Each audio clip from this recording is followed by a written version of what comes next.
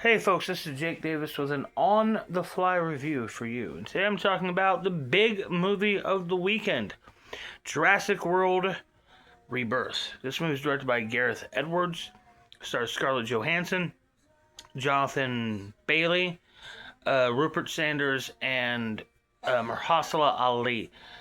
This is the seventh Jurassic Park movie, and it's already made well over $300 million, so it is quite a successful film at that. The whole setup here is that the dinosaurs, because of nature, they're slowly going extinct again.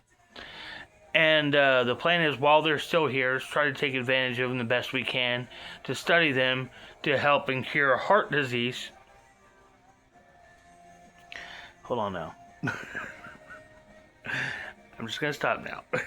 Because I can go off into a whole thing, a tangent about Snickers bars, and I just recommend you watch Critical Drinkers review on that. Because I got a lot of things on this little video of mine that I want to talk about other than just this film. Now, this movie, of course, I'm going to give it 3 stars. Because it's mind-numbingly stupid as it is. I did enjoy myself while it was on, even though even at 2 hours and 4 minutes, something like that, it is way too long. Feels too long. At least twice I checked. The time was like, really? Just, there's that much left. But, alright. If there wouldn't have been a kid in this, it would have been such a betrayal of what Jurassic Park is supposed to be that would have taken a star off the movie entirely. But the family subplot is easily the worst part of this movie. Every time we cut back to the family, I hated them. I hated them more and more. I wanted the kids to get eaten. I was so sick of these 4 people. And it took me like a good several minutes into the whole thing to even realize the whole dynamic. Okay, so that's the son, and that's a boyfriend. It's just, oh God. Or was it? I don't know. And I don't care, because I thought these characters were not only uninteresting, but obnoxious. I hate all of them. And I know that the Chris Pratt movies, I liked the first Chris Pratt movie. The sequels were both terrible. The only Jurassic Park movies I've never gone back to watch, not counting the new one. But I really felt that movie ruined the Raptors. Now, they were the original, they were the breakout star of the original movie. Everybody knew about the T-Rex and the Triceratops.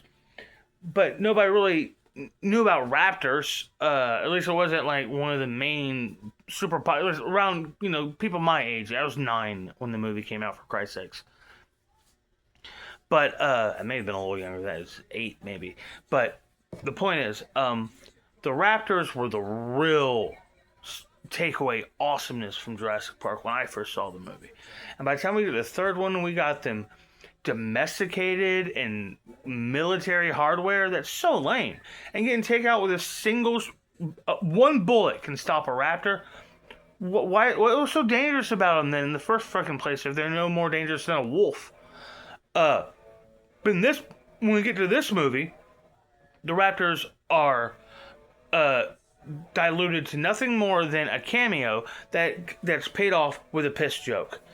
So look, I enjoyed this movie while I was on. I would give it 3 stars. But on like a binary spectrum, the Siskel and Ebert, thumbs up, thumbs down, it's a thumbs down. I would, especially with modern movie prices, unless you were with a bunch of people who all wanted to go see Jurassic Park and you wanted to split the bill, I would not recommend you go see this movie. Wait for streaming, wait for Redbox, that kind of thing. And on the rest of the stuff, because I had other things I wanted to talk about. First off, the last video I did was my review for The Surfer. And I absolutely praised Julian McMahon's performance. And he passed away just the other day. And I think that's such a damn shame. He was so great in that movie. He's a very young man. I mean, not very young. He's in his 50s. But still, that's young to go. And it's sad. It's a sad damn situation. Condolences to his family and even his fans. But on the longer tooth of this video, again, I've seen lots of movies in between The Surfer and Jurassic Park. And by the way, this should have been called Jurassic Park whatever. Jurassic Park Rebirth. The World movies were the Chris Pratt trilogy. If you're off on another thing, the name of the series, name of the franchise is Jurassic Park, not Jurassic World. I don't care if we're all over the world.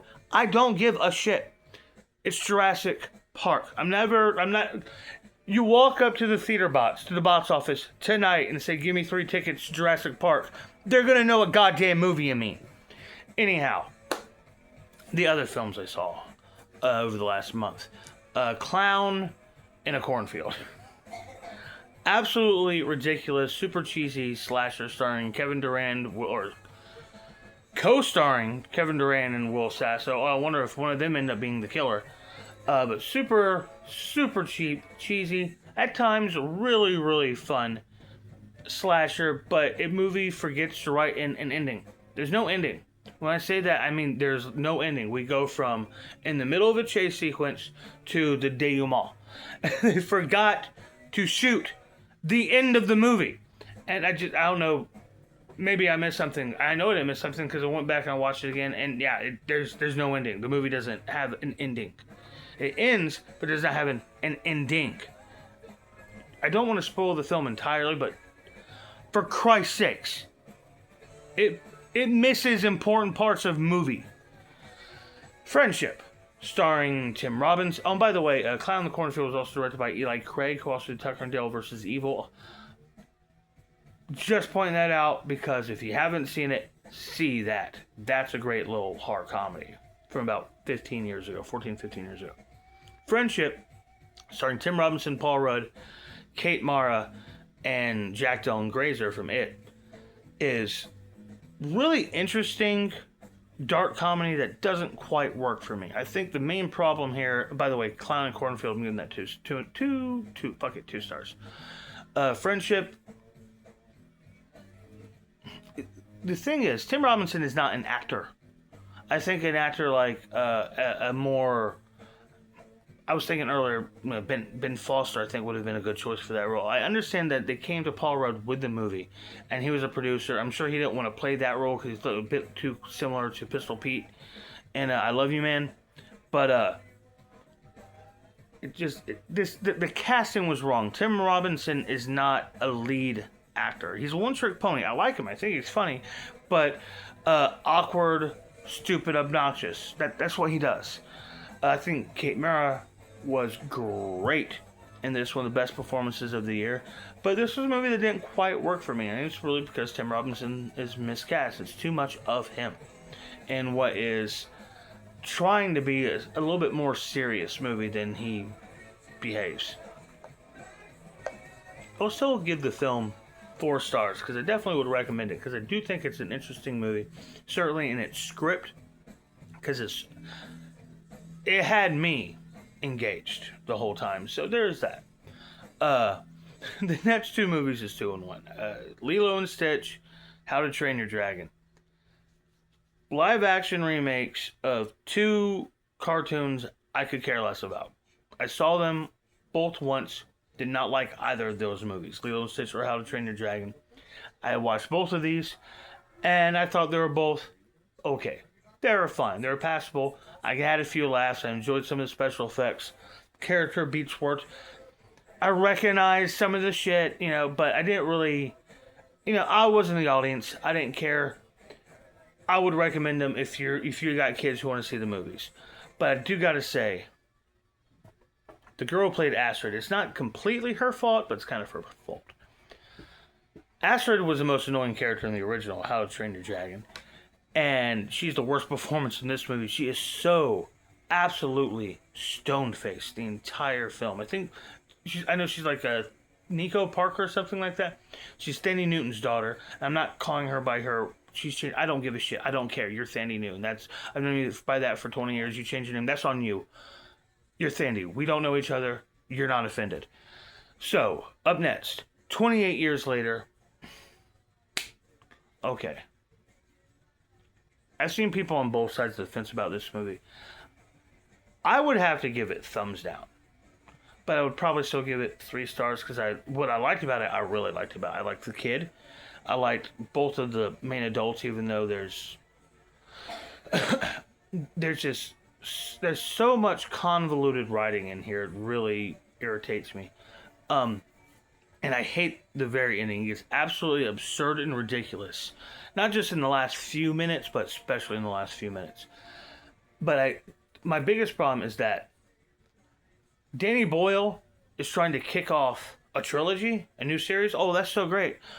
But Fellowship of the Ring, for example, has a sense of you've gone through all this shit, but the story's not over, so there's a lot more to come. Well, yeah, there is, because that was Tolkien. Danny Boyle, I'm sorry, buddy, you're not fucking Tolkien. Tolkien didn't try to come back and start a franchise at the end of part 3 of a series he already fucking abandoned before. So I just think there's a lot of pretentiousness and a lot of desperate cash grabbing in this movie, and ultimately I wouldn't recommend it, but there's parts of it I really did like. And finally, Looney Tunes, The Day the Earth Blew Up, starring Daffy Duck and Porky Pig. Loved it. Loved every fucking second of it.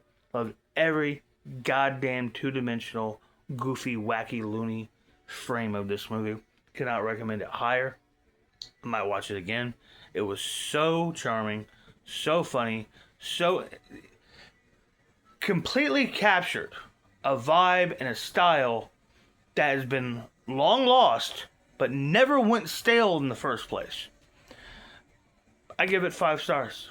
It's great. Best movie in this video I've talked about. Anyhow, that's a very long video. I snuck in a movie dump on you. Long-winded one there. Anyhow, I'm Jake Davis, and I'll catch you motherfuckers on the fly.